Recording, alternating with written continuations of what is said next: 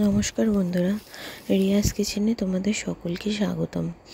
যা গরম পড়েছে তাই ভাবলাম করলা দিয়ে ঘরোয়াভাবে একটা ছোট্ট রেসিপি করে তোমাদের দেখাই।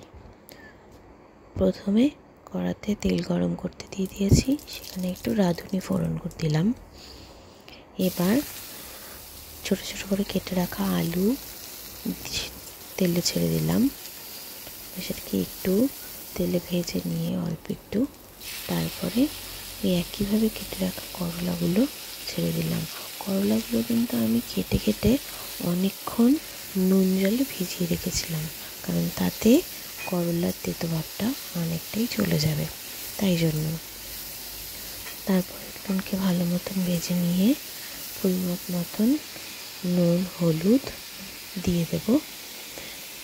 এবার এগুলো দিয়ে ভালো করে একটুখানি ভেজে নিয়ে যখন একটু লাল লাল ভাব হয়ে যাবে তখন লাল লাল ভাব হওয়া অবধি ভেজে নেব। এবং ভেজে নিয়ে সেই পর্যায়ে আমি দিয়ে দেব আদা জিরে ধনে বাটা। তোমরা এখানে মৌরি বাটাও দিতে পারো এর সাথে।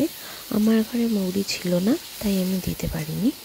তোমরা চাইলে মৌরি বাটাটাও দিতে পারো, তাতেও বেশ সুন্দর একটা গন্ধ আসবে।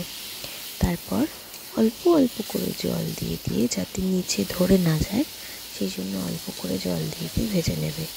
আমার এখানে মনে হচ্ছিল একটু তেল কম হয়ে গেছে, তাই আমি একটু ফাঁকা করে তেল দিয়ে নিয়েছিলাম। আর একটা লঙ্কাকে আমি কুচি করে দিয়ে দিয়েছি।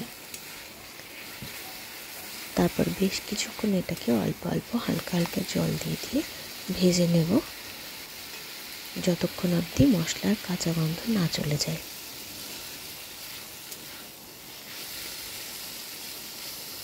এই গরমে করলা খাওয়াটা খুবই প্রয়োজনীয়। করলা খুব উপকারী একটা সবজি। যারা করলা খেতে ভালোবাসো না, তারাও একবার এইভাবে করলাটাকে রান্না করে খেয়ে দেখো। অতটা তেতেও লাগে না, আর খেতেও বেশ লাগে, আর গরম ভাতে বেশ জমে যাবে। ভালো লাগলে প্লিজ লাইক কমেন্ট শেয়ার করে দিও রেসিপিটা।